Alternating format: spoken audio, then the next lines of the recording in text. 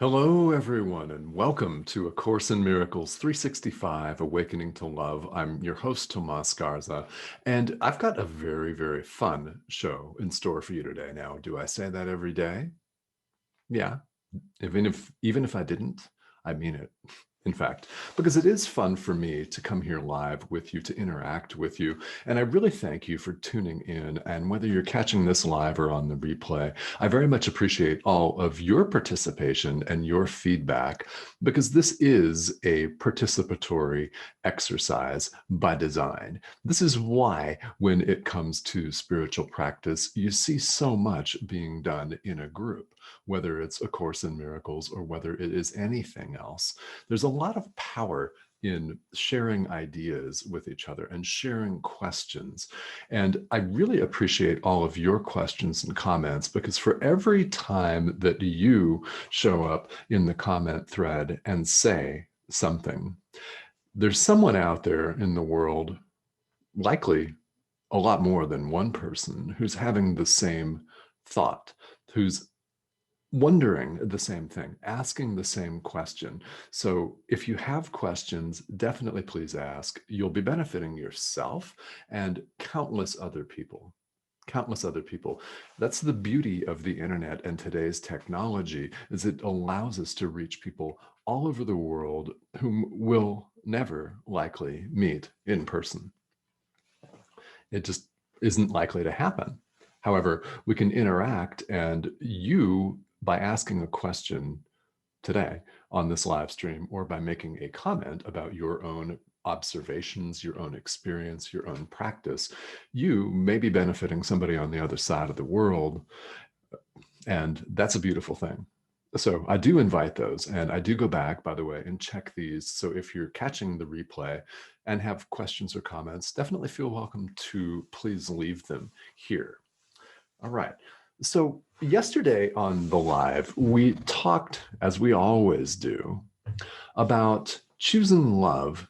And as you've heard me say before, as you hear Jesus say all the time in A Course in Miracles, we have a choice of love or fear at every moment. So a comment came up yesterday, and I very much appreciate that, of, okay, how do people choose love? There are so many people out there who may recognize, because it does, on the surface of it, make a lot of sense, doesn't it, that we have one choice, and that's between love or fear.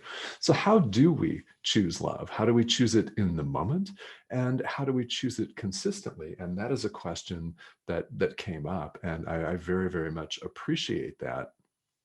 Let's talk about that first here today, and then we'll go into Workbook Lesson 87, which covers a couple of real beautiful spiritual heavy hitting ideas from the workbook.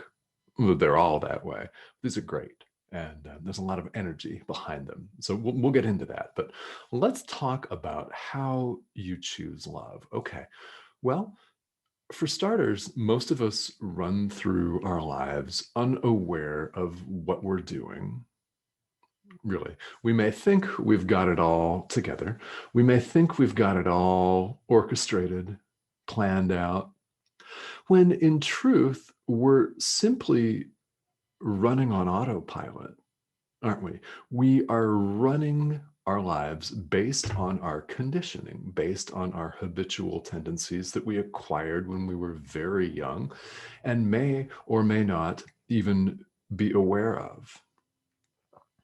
And it's perfectly normal to reach middle age, like myself, and still be conditioned.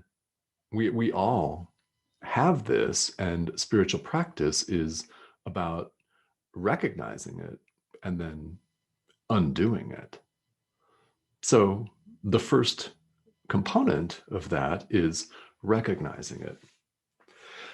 One has to have awareness that there's a choice between love or fear. One has to have the awareness of the simplicity of that choice, that it really truly is one or the other. And every other experience, the whole gamut of human experience, stems from that one choice. Choices in favor of love make us happy. They make us, well, fun and lighthearted and joyful and forgiving, loving, generous, kind. Choices made out of fear cause us to lash out. They make us paranoid, fearful, attacking, angry, sad, frustrated, depressed, anxious. We have a lot of names for that, and that's the choice, is love or fear. So we first have to be aware that that's the choice we're making. I mean, how do you choose love? Well, you have to be aware that that is a choice. Now, our habitual tendencies and our habitual conditioning in the world might leave us in a state where we're not even aware of that. So that is most definitely the starting point. It's awareness.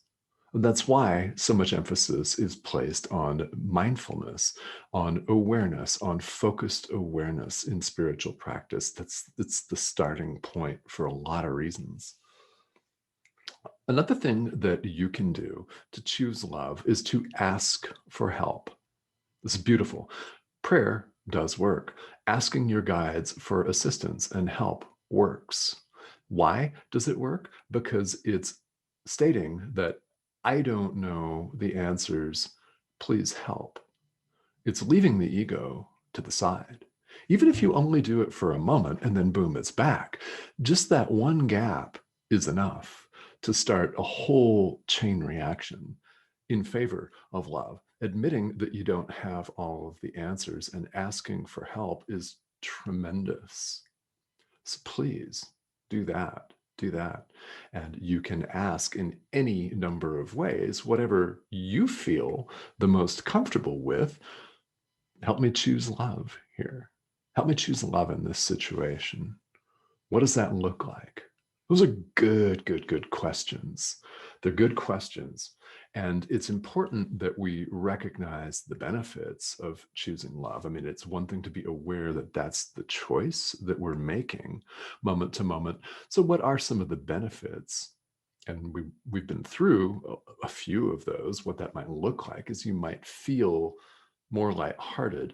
You might feel more joyful, loving, kind, yeah, generous, patient. How about that? That's a good one. Yeah, patience. Yes. So, recognizing the benefits of that is really important. And then we practice. We come to a space where it's up to us to practice. We can recognize that we have a choice between love or fear and ask for help in making that choice or in recognizing it. Then we have to do the work. Mm-hmm. Yeah, spirituality is not, it's not just acquiring brand new cars. In fact, that really doesn't have anything to do with it. Any techniques that are designed simply to make us materially richer don't, in fact, guarantee happiness. But they often leave the ego firmly 100% intact. Yeah, our minds are that powerful. Yes, we create our own reality. However, when it comes to creating lasting happiness, we've got to do something different. Yeah, happiness is not in a Mercedes Benz. Sorry. I mean, although, if you've got a brand new Benz and or even used and you want to just give me the keys and the title, cool, thank you. I'd be grateful for that, naturally, yes. I wouldn't tell you no. But that's not where happiness lies. It's internal. It's an inside job, 100% inside job. And practice is about getting to a place where we have a calm mind. It's internal. This is where happiness stems from. So this is why so much emphasis is placed on meditation in different versions of world spirituality, including A Course in Miracles, right here in the workbook. What are these daily practice periods but meditations? It's exactly the same thing. A tranquil mind is not a small gift. The Course says that in several places and emphasizes it. A tranquil mind is not a small gift. What happens with a tranquil mind? We open up space, mental, spiritual, emotional, psychological space for ourselves to make different decisions. In other words, to choose love instead of fear. That's how. Practice, meditation, practice of these ideas, prayer, whatever rituals you have or whatever your spiritual practice looks like, it is experiential. Spirituality is about experience. Yes, it's important to understand the terminology. Of course, it is. It's important to understand the words, but we've got to understand the meaning and we have to experience that. That's how it really hits us. That's how we really integrate it, is through experience. And there is no substitute for that. So, have you made a good choice moment to moment? Well, how do you feel? Do you feel loving, happy, joyful, forgiving, kind, or do you feel awful? Do you feel mean, vindictive, guilty? And that's a pretty good indicator. So we employ our feelings as an emotional guidance system to indicate to us whether we're making the right choice or not. Now, what happens if we discover we're making the wrong choice? Same thing that happens when we discover we're distracted in sitting meditation. You bring your awareness back to the object of meditation, bring it back to love. Because every moment is an opportunity for us to choose again. So we chose poorly this time. All right, so what? We have another opportunity to choose right now. And I can hear people thinking in their heads, I can feel it. What about when we follow our habitual tendencies and we feel good in the moment, like when we say something that we feel like somebody needs to hear and it's not kind and it's not polite. In other words, we tell them off and we feel great for about 5 seconds. Yeah, something like that, where we act out of habitual tendencies, feel good momentarily, and then don't. Well, that's not happiness. Why? The guilt comes back in. If guilt enters in any way, you can be 100% certain that you have not chosen love. If you've chosen a loving response, guilt cannot enter. Love absolutely shines it away, it cancels it. It's like turning on a light in a dark room. It's no longer dark. The guilt disappears. So if you're feeling guilty or second guessing yourself, then you can bet that that wasn't a wholly loving response. And it wasn't a loving response at all in that case, because you either choose one or the other, and there are no gradations in between. It only appears that way. So, how do you move forward choosing love? Well, practice, right? Be aware that this is the choice to make. Ask for help and practice. Spiritual practice. I can't emphasize it enough. Why? Because it works. I have 100% confidence in saying that it works because I've put it to practice in my own life. Perhaps you have too, with good results, I hope. Yeah. Well, because if you do it earnestly and you mean it and you do it consistently enough, it begins to color your entire experience. Pretty soon you're having a completely different experience of life. And that's a beautiful thing. So those are some thoughts on how you choose love. And it's a choice, and you have the power to choose, and you've never lost your free will. None of us has. We have the power to choose, and that should be something that's very exciting, because even if you've made countless fear-based choices in your life up until this point, right now, you can choose love.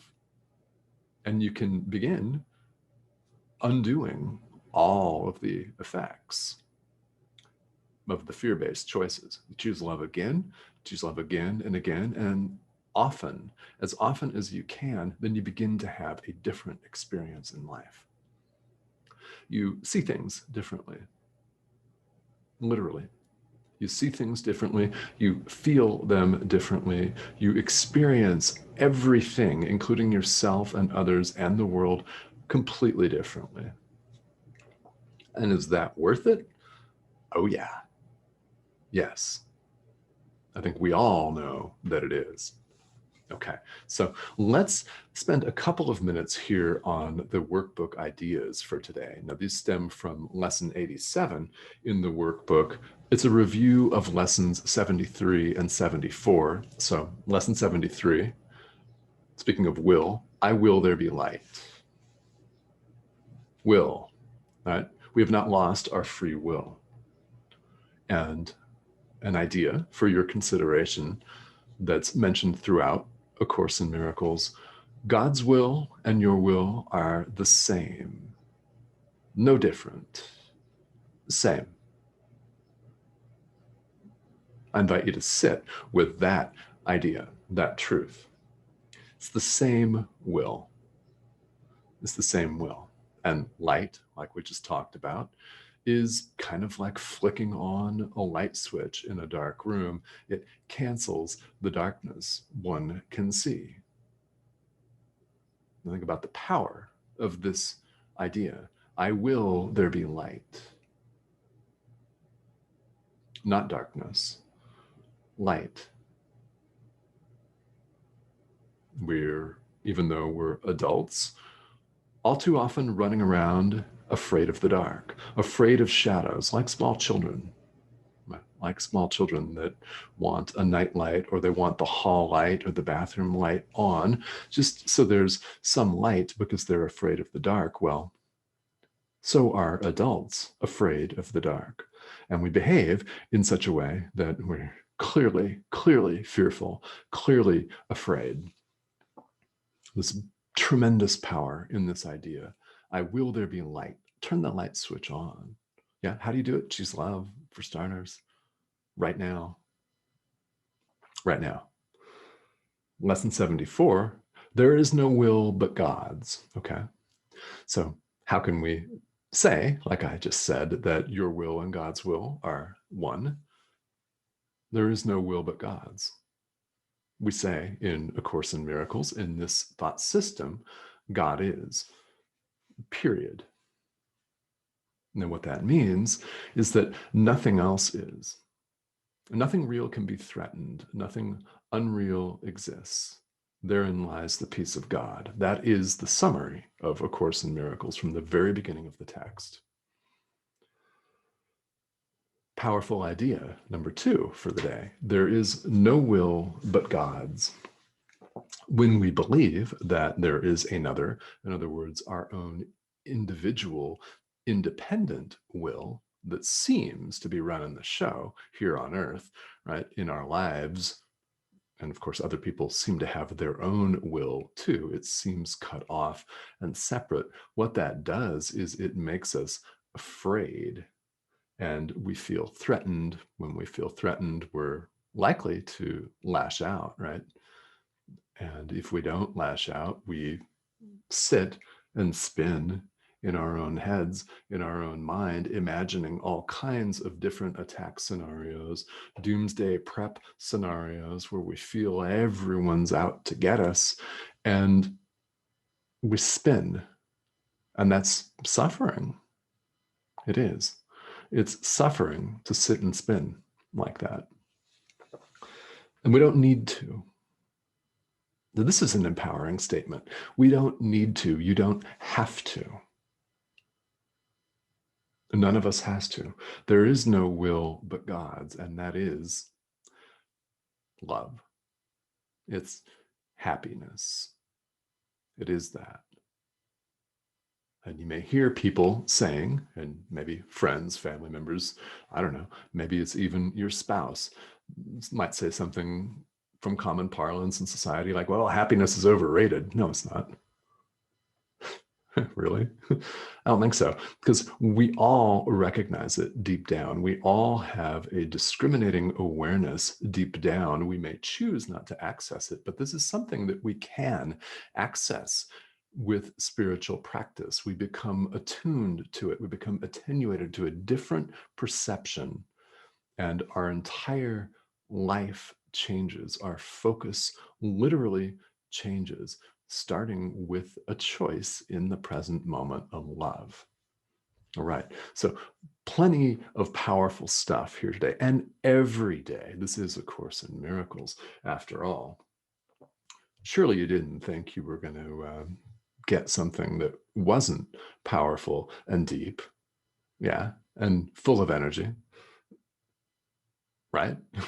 All right, so let's pop on here and say hello. This is one of the parts that I love the most, is this interaction with all of you. So let's bring this up here, and we will see who's joining us here today.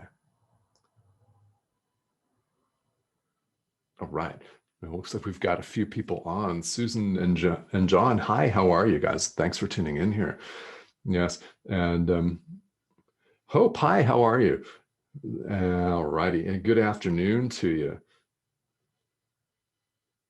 Yeah, love is always there. As John writes, love is always there. There is no time. It's timeless. Absolutely correct. Yeah, that's really what it is. Love doesn't have any opposite. That's one way of looking at it. It doesn't have any opposite.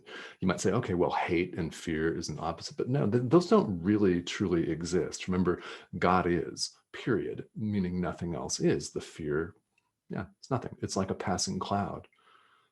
It appears to be there 1 minute, and then you look away and it's gone the next. It's like turning on a light in a dark room. Yeah. And our conventions like time, space are things that honestly we've invented as human beings. Now it can be used to our benefit and the benefit of everyone else. The function of time, according to A Course in Miracles, is for us to wake up, right? It's for us to choose love. It's for us to have these deep and beautiful and powerful experiences of joining and being united with everyone else in the world, our brothers, sisters, and with God, ultimately. It is oneness. So it's our opportunity in time to awaken to that. And then time doesn't have any more purpose at all. So we use it to wake up. Yeah, wonderful. And yes, so kindness and patience, yeah. There's so many things that we can bring to the table here. There's so many things that we can bring to the table. And what we're really looking to do is awaken to the truth and the experience of who we really are. That's what all of this is about in the end. And there are many, many ways that you can access this. So on this live stream, I'm presenting A Course in Miracles, but as you can see, there are so many ideas that apply to any form of spirituality or religious practice that you might engage yourself in. Yeah, most definitely. There is so much that one can take away from this study that augments, that clarifies, that enhances, and hopefully enlivens your own spiritual practice. So that's my hope for everyone here. And thank you all for joining me today. I just want to remind you, if you're joining me for the first time, that this is a daily live stream here on Enlightened World Network. So that means we'll see you back here tomorrow. We'll continue to go through the workbook exercises here. We're in a review period where we're reviewing a couple of ideas a day, and they're very, very succinct, and they're very deep, powerful, and it would be very, very kind of you to put these ideas into practice. All right. Thank you so much for joining me. Have a great day.